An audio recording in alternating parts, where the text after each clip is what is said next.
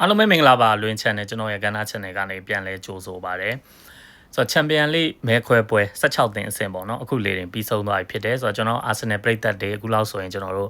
ဒါ Leverkusen နဲ့တွေ့ရတော့မယ်ဆိုတော့အားလုံးသိပြီးကြပြီလို့ကျွန်တော်ထင်ပါတယ်ဆိုတော့ကျွန်တော်တို့ဘက်ချန်ကိုကြည့်လိုက်မယ်ဆိုရင်ကျွန်တော်တို့ဒါ Leverkusen နဲ့တွေ့မယ်တွေ့ပြီးွားတာနဲ့ဒီအပေါ်မှာကျွန်တော်တို့က Sporting Lisbon နဲ့ Bodo Glimt ပေါ့နော်အဲ့အသင်းကနေပြီးတော့တက်လာတဲ့အသင်းနဲ့ကျွန်တော်တို့ကနောက်တစ်ဆင့်မှာဆုံရမှာဖြစ်တယ်ဆိုတော့ဒီကျွန်တော်တို့ဒီ Arsenal ရဲ့အဝိုင်းလေးအကြောင်းကိုပဲကျွန်တော်တို့ပြောမယ်ဆိုလို့ရှိရင် Leverkusen ကကျွန်တော်တို့ဒါကစားရဂျာမန်မြေမှာသွားကစားရတဲ့အချိန်မှာကျွန်တော်တို့အတွက်အခက်အခဲဖြစ်လာနိုင်ခြေရှိတယ်ဆိုပေမဲ့ကျွန်တော်တို့ Arsenal အသင်းအိမ်ကွင်းမှာပြန်ကစားတဲ့အချိန်မှာတကယ်ကိုဟိုနိုင်ဖို့ရာဂိုင်နှုန်းကအများကြီးများပါတယ်ဆိုတော့ကျွန်တော်တို့ပုံမှန်လင်းလင်းပြောရမယ်ဆိုရင် Leverkusen ကိုကျွန်တော်တို့ကြော်ဖြတ်ဖို့ကဒီအဆင့်မှာအရင်အခက်အခဲမရှိဘူးလို့မြင်ပါတယ်ဆိုတော့16သင်းအဆင့်ကတော့ကျွန်တော်အရင်တည်းကလည်းပြောဘူးသလိုပဲ16သင်းအဆင့်ကိုရောက်လာတဲ့အသင်းတိုင်းကသူ့အနေနဲ့သူအစိတ်ရှိတဲ့အသင်းတွေဖြစ်တယ်ဆိုတဲ့အတွက်ကြောင့်ဘယ်အသင်းကိုမှကျွန်တော်တို့ကဒီမှာရှိတဲ့16သင်းလုံးကျွန်တော်တို့ကဘယ်အသင်းကိုမှသွားပြီးတော့ပေါ့တွက်လို့မရပါဘူး။ဘာဖြစ်လို့လဲဆိုတော့အားလုံးကဒီဆင့်ရောက်လာပြီဆိုရင်ကစားသမားတွေရဲ့စိတ်ဓာတ်ကအစနောက်တစ်ခုကကျွန်တော်တို့ဒီနီးပြအဖွဲ့ဝင်တွေကအစပေါ့နော်တိတ်တိတ်တခြားနှစ်ပွဲပဲကန်ရမှာဆိုတော့အဲ့နှစ်ပွဲကိုအားအကုန်ထည့်ပြီးကစားကြတာဖြစ်တဲ့အတွက်ကြောင့်ကျွန်တော်တို့ဒါအမှတ်ပေးပြိုင်ပွဲတွေလိုမျိုးရေရှည်သွားမဲ့အချိန်တွေရေရှည်သွားမဲ့ပွဲတွေကန်နေတဲ့ပုံစံမျိုးနဲ့မတူတဲ့စိတ်ဓာတ်မျိုးနဲ့ကျွန်တော်တို့ချန်ပီယံလိ16သင်းအဆင့်ကိုကစားကြတာဖြစ်တယ်ဆိုတော့ဒီနေရာမှာကျွန်တော်တို့ Leverkusen ကလောလောဆယ်ကျွန်တော်တို့ Arsenal နဲ့ရှင်လိုက်လို့ရှိရင်ဒါအောက်အသင်းလို့ပြောရမှာပေါ့နော်ဆိုတော့အဲ့အသင်းဖြစ်တဲ့အတွက်ကြောင့်ကျွန်တော်တို့က short တွက်လို့မရဘူးဆိုတဲ့အခြေအနေကိုကျွန်တော်ပြောချင်တာဖြစ်တယ်ဆိုတော့ဂျာမန်မြေမှာသွားကစားရမယ်ပွဲကကျွန်တော်တို့အတွက်ဒါတကယ်ကိုဒါပထမကြော့မှာဂျာမန်မြေမှာကစားရမှာဖြစ်တဲ့အတွက်ကြောင့်ပို့ပြီးတော့ကောင်းပါတယ်ကျွန်တော်တို့အာဆင်နယ်ကစားသမားတွေအနေနဲ့လည်းဒီနေရာမှာဒါပထမအကြော့တွေကပွဲတွေကိုပေါ့နော်ကျွန်တော်တို့ဒါအခုဆိုရင်နောက်ဒုတိယကြော့မှာကျွန်တော်တို့အိမ်ကွင်းမှာကန်ရမယ်ဖြစ်တဲ့အတွက်ကြောင့်ပထမကြော်တွေကပွဲတွေကိုမြန်မြန်ဆန်ဆန်ဖြတ်ထားဖို့လိုပါတယ်ဆိုတော့ဒီလိုအခြေအနေမျိုးနဲ့ပဲကျွန်တော်တို့ဆက်ဟိုပါပေါ့နော်ဆက်ပြီးတော့ကစားသွားမယ်လို့ကျွန်တော်ကတော့မြင်မိရယ်ဆိုတော့ကျွန်တော်တို့ဒီ16သင်းစင်မှာတော့ Leverkusen ကိုတော့အသာရကြော်ဖြတ်နိုင်မယ်လို့ကျွန်တော်ယုံကြည်ပါတယ်ဆိုတော့အပေါ်ကတက်လာမယ်ကျွန်တော်တို့နောက်ထပ်ဒီ Sporting Lisbon နဲ့ Bodo Glimt ပေါ့နော်ဘယ်အသင်းနိုင်ရမလဲဆိုတော့အဲ့နှစ်သင်းမှာလဲကျွန်တော်တို့ဒါ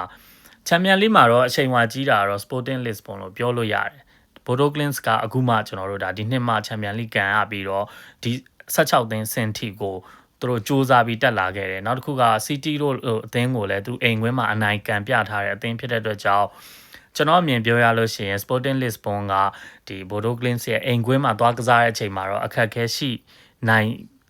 င်တယ်ပေါ့နော်ဒါပေမဲ့ကျွန်တော်တို့ဒါဒုတိယကြော့ကိုပေါ်တူဂီမြေမှာပြန်ကစားတဲ့အချိန်မှာတော့ကျွန်တော်တို့ဒါအနိုင်ရရှိသွားမယ်လို့ကျွန်တော်မြင်တယ်ဆိုတော့ဟိုအချိန်ဝါရကြည့်မယ်ဆိုရင် Sporting Lisbon အမြဲတမ်းကျွန်တော်တို့ဒါချန်ပီယံလိကစားနေရတဲ့အသင်းဖြစ်တဲ့အတွက်ကြောင့်ဒီအသင်းကိုဒီအဆင့်ကိုတို့ဘယ်လိုကြော်ဖြတ်မလဲဆိုတာနားလည်မယ်ထင်တယ်ဆိုတော့ကျွန်တော်အမြင်ပြောရရင်တော့နောက်တစ်ဆင့်မှာကျွန်တော်တို့က Sporting Lisbon နဲ့တွေ့ဖို့ရာဂိုင်နှုန်းများပါတယ်ဆိုတော့ Sporting Lisbon ကိုလည်းဒါကျွန်တော်တို့အမှန်တိုင်းပြောရင် Leverkusen နဲ့ Sporting Lisbon ဆိုတာကျွန်တော်တို့အနေနဲ့ဒါတိတ်ပြီးမကွာဘူးလို့ပြောလို့ရတယ်ပေါ့နော်ဆိုတော့ Sporting Lisbon ကိုလည်းကျွန်တော်တို့ဒါအသာလေးကြော်ဖြတ်ပြီးတော့ semi final တီကိုတက်သွားမယ်လမ်းကြောင်းကဖြူးနေပြီဖြစ်တယ်ဆိုတော့အပေါ်ဘက်မှာကျွန်တော်တို့ဒါကြည့်လိုက်မယ်ဆိုလို့ရှိရင်ကျွန်တော်အင်္ဂလန်အသင်းတွေဖြစ်တဲ့ Newcastle နဲ့ Spa အသင်းက Newcastle ကတော့ကျွန်တော်တို့ဒါ Bayern Munichဘာစီလိုနာအသင်းနဲ့ရှင်ပြိုင်ရမှာဖြစ်ပြီးတော့ Spa အသင်းကအက်တလက်တီကိုမက်ဒရစ်အသင်းနဲ့ရှင်ပြိုင်ရမှာဖြစ်တယ်ဆိုတော့ Newcastle ကဒီနေရာမှာကျွန်တော်တို့ဒ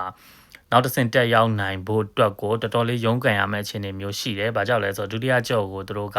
ဒါဘာစီလိုနာအသင်းရဲ့အိမ်ကွင်းမှာသွားကစားရမှာဖြစ်တဲ့အတွက်ကြောင့်ပေါ့နော်။ Spa အသင်းအတွက်ကတော့ပထမကြော့ရလက်ပေါ်မှာမူတည်ပြီးတော့သူတို့နောက်တစ်ဆင့်ဘယ်လိုသွားမလဲဆိုတော့စိတ်ဝင်စားဖို့ကောင်းတယ်ဒါပေမဲ့ကျွန်တော်တို့ဒါ Spa အသင်းကအခုဒဏ်ရာရကစားသမားတအားများနေတဲ့အခြေအနေမျိုးမှာအက်တလက်တီကိုမက်ဒရစ်ကိုကြော်ဖြတ်ဖို့ဆိုတာကျွန်တော်မြင်ပြောရရင်ခက်ခဲတွေအများကြီးရှိမယ်လို့ကျွန်တော်မြင်တယ်ဆိုတော့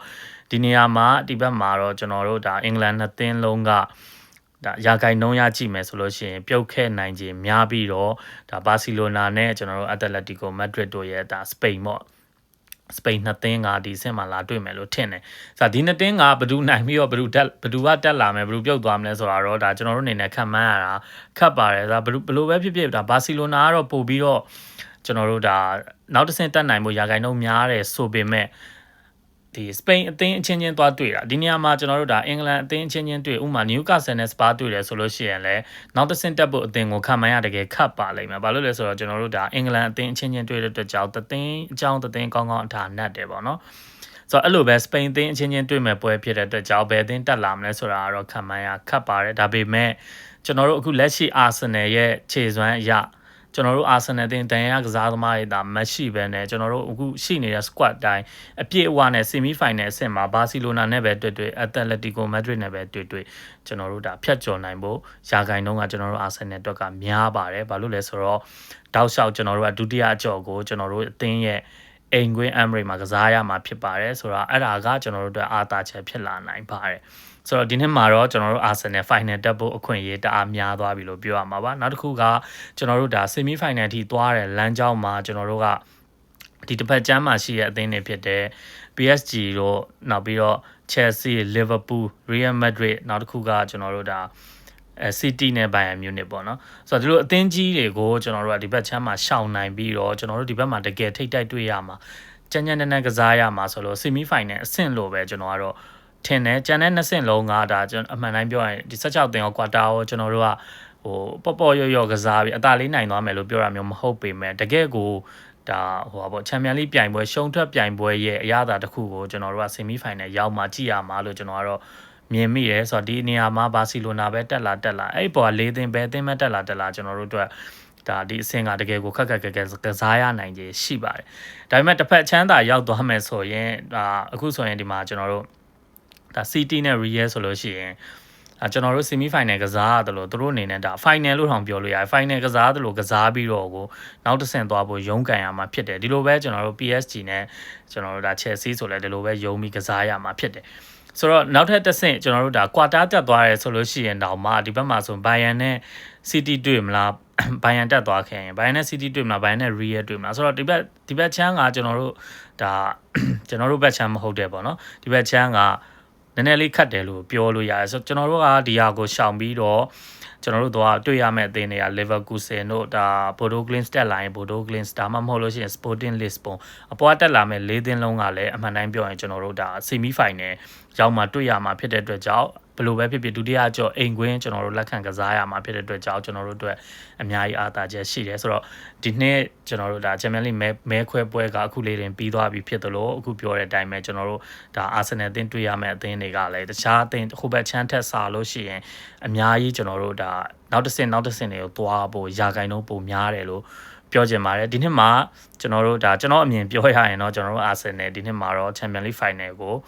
ရောက်အောင်တက်ဖို့စူးစမ်းသွားတော့မယ်လို့ကျွန်တော်မြင်ပါတယ်ဘာလို့လဲဆိုတော့အခုတွေ့နေရတဲ့အခြေအနေမျိုးကျွန်တော်တို့ကြည့်မယ်ဆိုရင်ကျွန်တော်တို့အခုလက်ရှိနေတဲ့ကစားသမားစရင်ကျွန်တော်လက်ရှိနေတဲ့ squad နဲ့ဆိုရင်ဘလို့ပဲဖြစ်ဖြစ်ဒီလိုအဆင့်တွေကိုမကြော်ဖြတ်နိုင်စရာအကြောင်းမရှိပါဘူးဆိုတော့ကျွန်တော်တို့ဒါ semi final ရောက်တဲ့အချိန်မှာကျွန်တော်တို့တင်ကစားသမားတွေရဲ့ဒါတန်ရာရအခြေအနေနောက်ပြီးပွဲစဉ်အနေအထားနဲ့ဟိုဘက်ကတက်လာမဲ့အသင်းရဲ့အခြေအနေကိုကြည့်ပြီးတော့အဲ့အဆင့်မှာဒါကျွန်တော်တို့ကနည်းနည်းလေးစိတ်လှုပ်ရှားပိုကောင်းပြီးကြည့်ရမယ်လို့ထင်ပါတယ်ဒါအခုလက်ရှိကျွန်တော်တို့တွေ့ရမယ် Leverkusen နဲ့နောက်တစ်ဆင့်ကြာရင်တွေ့ရမယ် Sporting ဖြစ်ဖြစ်ကျွန်တော်တို့ Bodo Glimt ဖြစ်ဖြစ်ဘယ်အသင်းပဲဖြစ်ဖြစ်ကျွန်တော်တို့အနေနဲ့ဒါဖြတ်ကျော်သွားနိုင်မယ်လို့ကျွန်တော်မြင်ပါတယ်ဆိုတော့ပရိသတ်တွေရောဘယ်လိုထင်လဲကျွန်တော်တို့ comment section မှာဆွေးနွေးပေးကြတော့အားလုံးကျေးဇူးတင်ပါတယ်